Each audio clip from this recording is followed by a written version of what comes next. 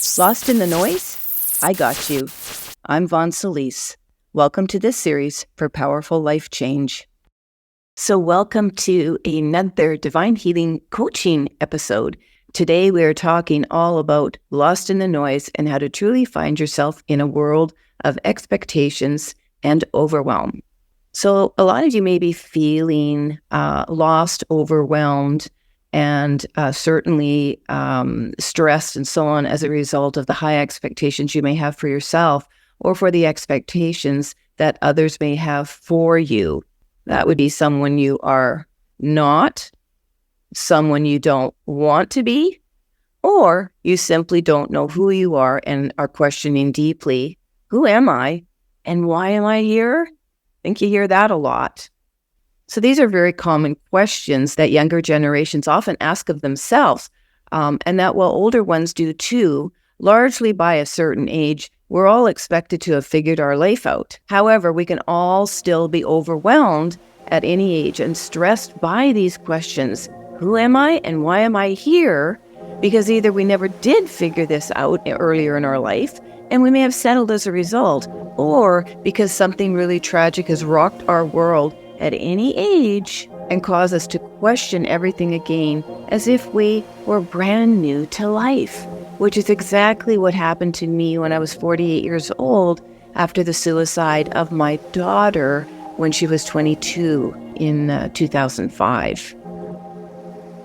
And when we don't know who we are or what we want really at any age, we feel lost and overwhelmed and struggle mentally and emotionally trying to figure all this out, largely on our own, without the support and guidance that we all need to map out our lives, which only adds additional stress to our already stressful lives and to the concerns and hopelessness we feel about our future regarding our finances, security, relationships, our direction, purpose, our self-worth, often our ability to achieve what we want to, even if we do start to figure out pieces of what we want to do in our life. And then we give up or quit pursuing our dreams. As a result, millions of people, young and younger, are struggling with finding their place in the world, both in how they most authentically want to identify themselves and in their search to create a meaningful life to contribute to the world in their own unique way, in a way that brings them contentment, joy, fulfillment, and peace. A major part of this struggle when we are searching for our identity or identities, because as we start to creatively map out our lives, we can relate to more than just one identity.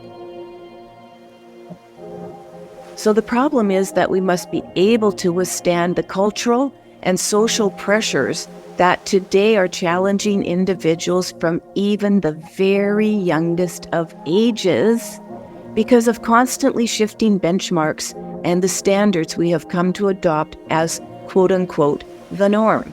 That for certain generations, and even some cultures, the collective itself or individuals within its confines, often as part of an established family structure or system, simply do not, cannot, or will not accept any type of change as desirable or necessary.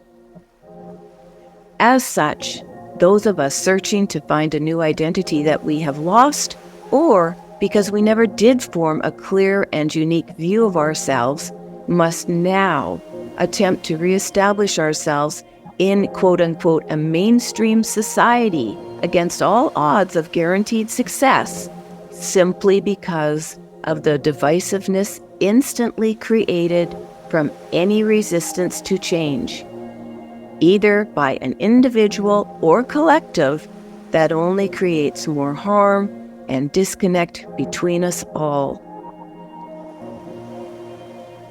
In essence, the more that people decide for or against change based only on an absolute idea of a right or wrong way of being and doing, a thinking that comes entirely from the ego, the more we create a society of isolation and fear.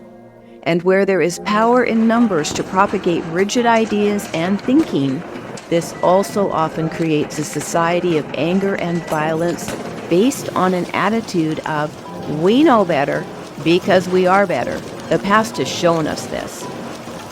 And there will be certain consequences for anyone who dares to think outside this structure. When in fact, people have no clue about anything unless and until they walk in another person's shoes, experiencing the exact same situation for which they themselves otherwise have only had contempt and judgment through ignorance and misunderstanding. Period. So, with all that being said, how do you tune out the loud noise and truly find yourself in a world of expectations and overwhelm? Well, first, you take a deep breath. That's right, one big breath in and out. And you commit to being your own best friend and navigator of the type of life you do want to fully live one day, if not now. And always be mindful in your thoughts, actions, and choices about what it will take to get there, even if you have to alter some of your steps along the way. To reduce anxiety, stress, burnout, and imbalance in all areas of your life, often caused, if not always caused, by who am I? Why am I here?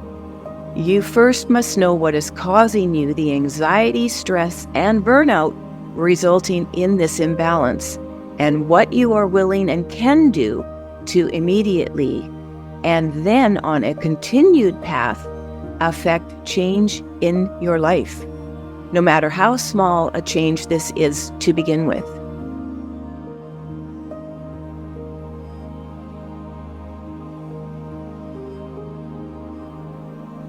Committing to treating yourself first and foremost with the gentleness and respect that is necessary to immediately start eliminating or reducing what you can in your life to rebalance the areas out of whack in your physical, mental, and emotional state is a solid beginning that will set your transformation in motion.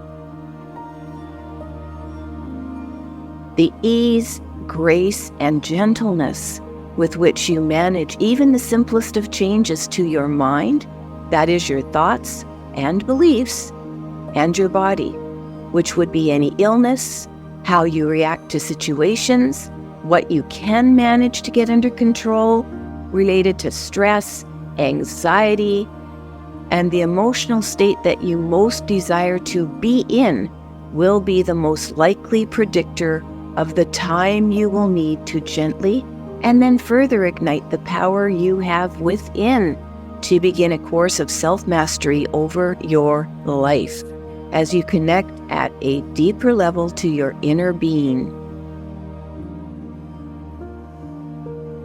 For some people, this may be a rapid connection and they will start to see changes in their life right away. For others, it can take longer to appreciate this osmosis of change. But rest assured, for all of us, no matter how our transformation starts and deepens as we trust ourselves to get where we want to go, it begins the moment we are aware that we want change and are willing to change.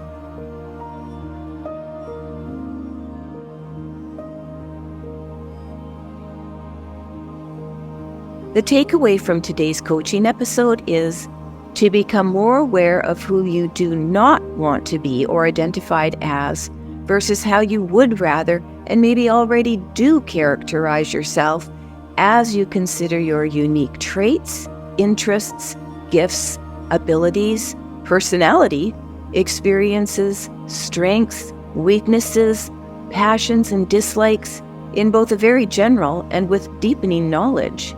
Some of these that can and do change or evolve over time, and some that may disappear entirely after something awful has happened to us. Regardless, the goal of this messaging in today's tutorial is to get you thinking about you and the importance of connecting to your authenticity, which can be found at the core of your being, where all change happens when you discover who you really are, no longer lost.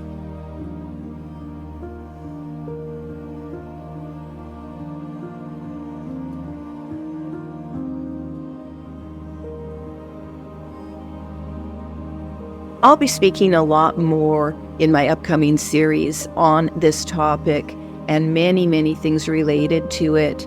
As I both speak with younger generations, I'm aware of what's happening. I have a millennial son. I'm, sort of his coach. One of my passions is to help people totally not struggle, find the power they have within themselves to really, really trust in their abilities, trust that they know the truth of who they are, and ultimately why you came to the planet.